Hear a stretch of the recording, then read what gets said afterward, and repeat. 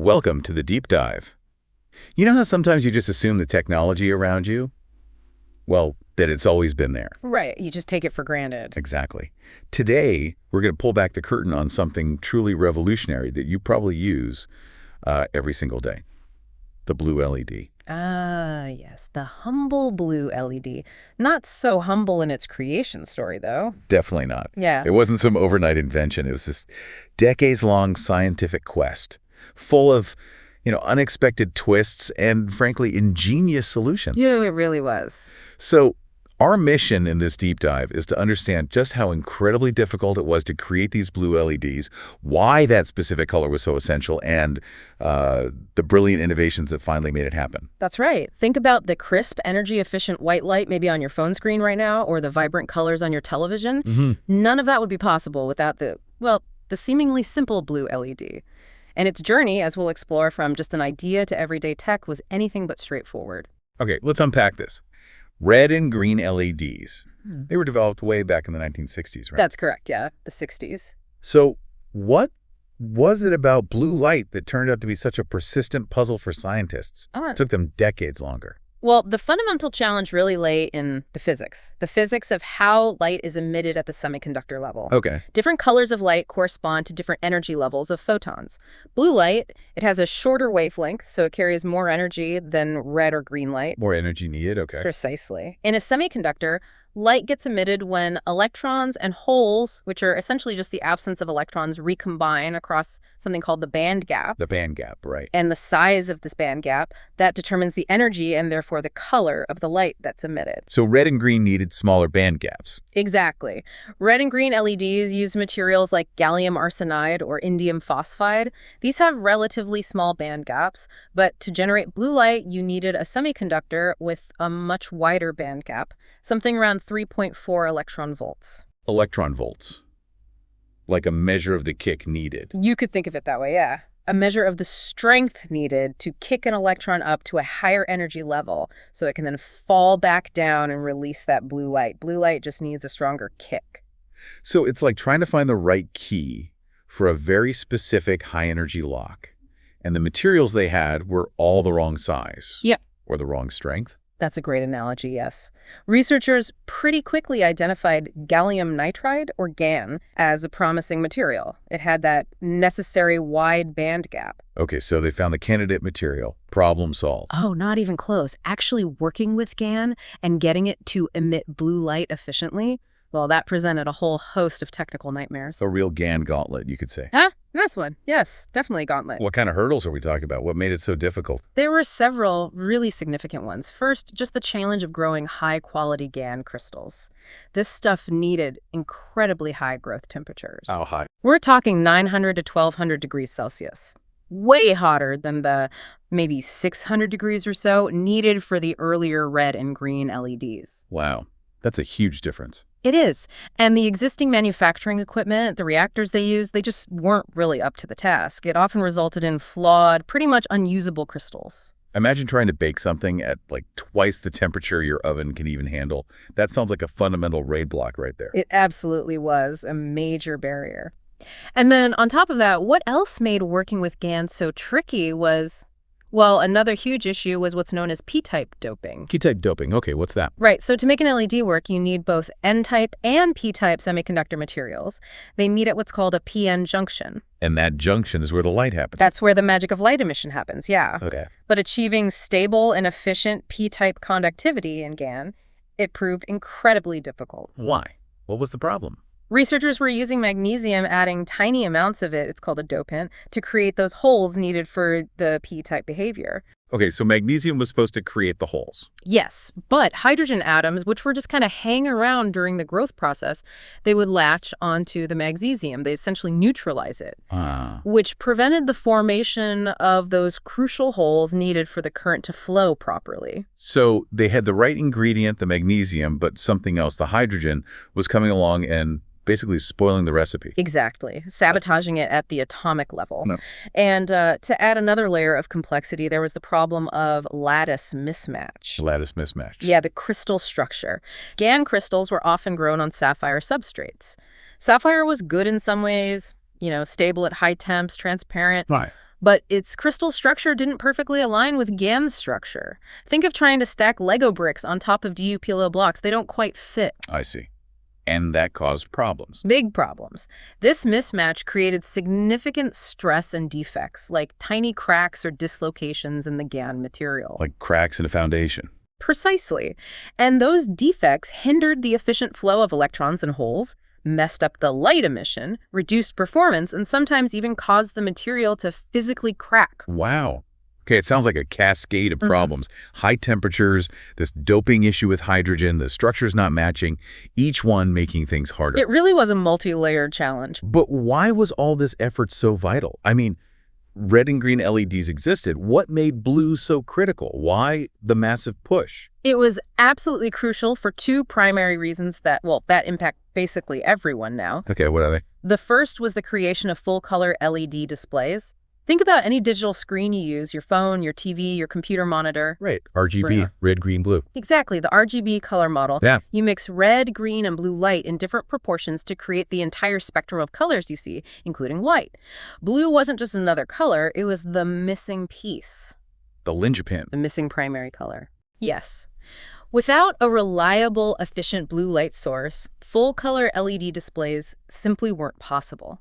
The modern display industry basically couldn't exist without it. So no blue, no true color on our screens. That really puts it into perspective. Okay, what was the second key application?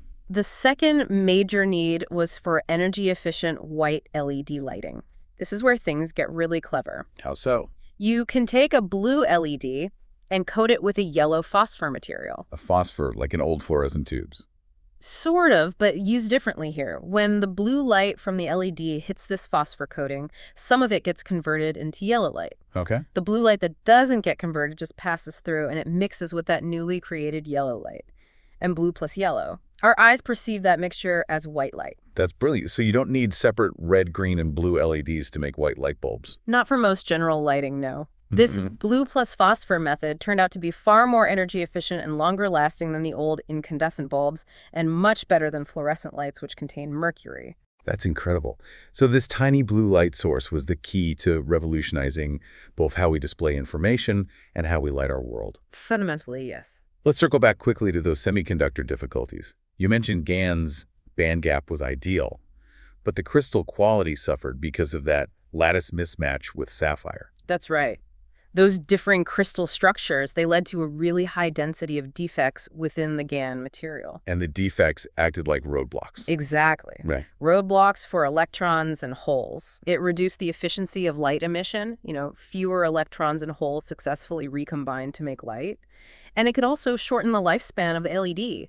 Like trying to drive fast on a road just riddled with potholes slows everything down, causes damage. And then there was that persistent issue of getting the P-type doping to work, that stubborn hydrogen clinging to the magnesium. It was a constant battle. You needed to introduce enough active holes into the GaN to make that PN junction work properly. Right, the hydrogen made them inactive. Correct. Without a high enough concentration of active holes, the LED wouldn't conduct electricity efficiently, and it wouldn't emit much light. It would be very dim or just wouldn't work well at all. So just to recap the technical hurdles, needing super high temperatures, the structures not matching up in the substrate, and this really frustrating doping problem. Yeah. How did scientists even begin to tackle these? They seem almost insurmountable. Well, it wasn't one single magic bullet. It was a multi-pronged approach, really. Lots of innovation across several areas. Like what? Okay, for the high temperature growth, specialized reactors had to be developed. New equipment designed specifically to withstand and, crucially, precisely control those extreme conditions. Okay, beggar tools for the job. Then, to address the lattice mismatch, the Legos on DMPLO's problem, a huge breakthrough was the introduction of buffer layers. Buffer layers? Yeah, thin layers of another material, often aluminum nitride, ALN, grown on the sapphire before growing the main GaN layer. What did that do? These buffer layers acted as an intermediary. They kind of eased the transition between the sapphire structure and the GaN structure, reducing the stress and leading to much better quality GaN crystal growth on top. Fewer defects. Like putting down a smoother underlayment before you lay delicate tile to bridge the gap. That's a very apt analogy, yes. Exactly that. Okay, so better reactors, buffer layers. Yeah. What about the P-type doping disaster with the hydrogen? For that challenge, several ingenious solutions emerged over time. One key technique was annealing. Heating it up. Yes, heating the GaN material after growth in an environment without hydrogen, like baking the hydrogen out. This heat helped to break the bond between the magnesium and the hydrogen atoms, activating the magnesium so it could create those needed holes. So the magnesium could finally do its job. Right. Another technique that was discovered, somewhat serendipitously actually, involved using electron beam irradiation. Zapping it with electrons could also achieve a similar effect, activating the magnesium. Interesting. So it sounds like a mix of brute force, the high temperatures, and some very clever chemical and physical manipulation. It really was a combination of material science, physics, chemistry, and engineering. And even with these advancements, I read that the GaN crystals, they still had a fair number of defects, didn't they? Not perfect. That's true. While the buffer layers helped enormously, achieving truly defect-free GaN was, and frankly still is, incredibly challenging. Perfection is hard to reach. But the LEDs still worked. Yes, and this was actually quite surprising. GaN turned out to exhibit a certain tolerance to these defects, unlike some other semiconductor materials where a similar level of imperfections would just completely kill the device performance.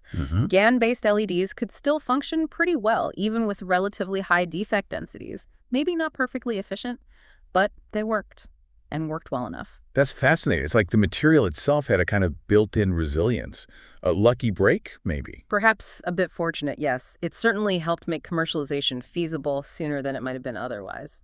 So the journey to the blue LED wasn't just about theoretical breakthroughs. It sounds like it was a lot of painstaking trial and error in the lab. Absolutely. While the underlying theory clearly pointed towards needing a wide bandgap material like GaN. Right. The physics told them what they needed. Yes, but actually making it work, that was heavily reliant on experimental innovation, persistence, and sometimes, a bit of luck.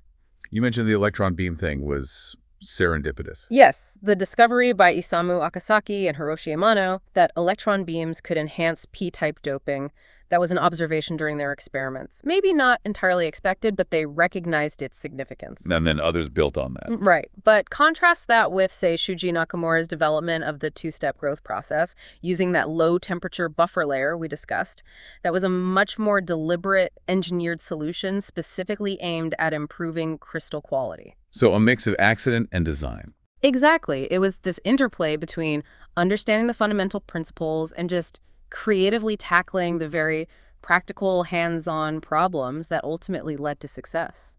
It makes you wonder, could a breakthrough have happened sooner? Was it just a matter of time and incremental progress? Or did it really need those specific insights, maybe even that bit of luck? That's a good question. While there's always an element of the unexpected in science, the sheer complexity here, all those interconnected problems we talked about. Right, the temperature, the doping, the mismatch. Yes. It suggests that a purely chance breakthrough was pretty unlikely. Decades of research by so many scientists around the world kept pointing towards GaN, but also highlighting these huge barriers. So it needed specific solutions. It really did. It needed very specific insights into GaN crystal growth, finding ways to reliably activate the p-type dopants, managing the defects. These weren't problems likely to be stumbled upon completely by accident. They required focused, systematic effort and a really deep understanding of material science. It's almost humbling, then, thinking about the level of skepticism around this whole endeavor. I understand many experts at the time thought blue LEDs were practically impossible. Oh, definitely. The Nobel Prize Committee itself actually highlighted this when they awarded the prize in 2014. What did they say? They noted that creating a suitable surface for high-quality GaN growth was considered by many in the field to be a hopeless endeavor. Hopeless, wow. And achieving stable, efficient p-type doping was seen as virtually impossible. So the experts were saying, don't bother. Pretty much. Or at least that it was an extremely long shot. This widespread disbelief, I think, really underscores the magnitude of the achievement when Akasaki, Amano, and Nakamura finally cracked it. It wasn't just a minor improvement. It was overcoming what many considered a fundamental barrier in material science. Precisely. And Shuji Nakamura, his name keeps coming up. He seems to have played a particularly pivotal role in actually getting to a commercial product. What was unique about his approach? Nakamura's work, primarily at Nichia Corporation back then, was indeed groundbreaking. He took a somewhat unconventional path sometimes, deviating from what other academic labs might have been doing. How so? Well, one key aspect was his relentless focus on the practical engineering challenges. He didn't just study the material, he built better tools to make it. He developed a novel reactor design, often called the two-flow MOCVD reactor. MOCVD. Metal organic chemical vapor deposition. It's the technique used to grow these crystals. His reactor design allowed for much better control over the gas flows and temperature during GAN growth, leading to higher quality material. So better engineering led to better science results. In a way, yes. And his implementation of that two-step growth process, using the low-temperature buffer layer, was another crucial innovation for improving crystal quality. That wasn't entirely unique to him. Others were exploring buffer layers, but he refined it very effectively. Okay, better growth. What about the doping? This is perhaps his most famous contribution. He discovered a more efficient and, crucially, more practical method for achieving p-type doping, instead of relying on the somewhat cumbersome electron beam irradiation. Which Akasaki and Amano had pioneered. Right.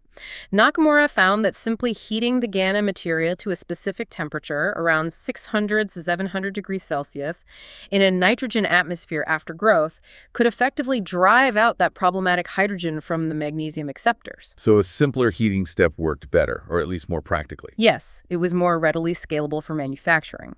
This thermal annealing method led to much more reliable and efficient p-type conductivity. These innovations combined really paved the way for the first bright, commercially viable blue LEDs from Nuccia. So he essentially found a more elegant and scalable solution to that persistent doping problem. That's amazing. And now, it's routine. Something once deemed impossible is just standard manufacturing. Absolutely. Today, making blue LEDs is, relatively speaking, as commonplace as making red and green ones. The advancements in crystal growth, the understanding of buffer layers, refined doping methods, better substrates, it's all streamlined the process for mass production. The impact, as we touched on earlier, it's just been transformative, hasn't it? It goes way beyond just brighter screens and more efficient light bulbs. Oh, the ripple effect has been enormous. In technology, like we said, it enabled the entire field of full-color LED displays, smartphones, TVs, laptops, giant stadium screens. None of that would look the way it does without blue LEDs. And the advent of efficient white LED lighting. That's created massive new global markets for lighting products. Homes, offices, streetlights, car headlight. It's everywhere. Huge economic impact. And the energy savings are a big part of that story too, right?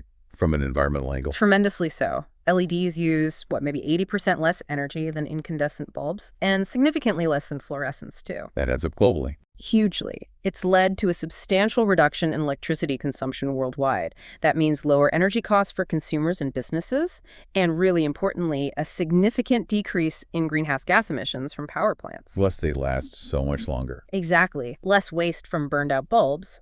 And there are other global impacts, too, providing efficient, affordable lighting in off-grid areas, improving quality of life and safety for millions.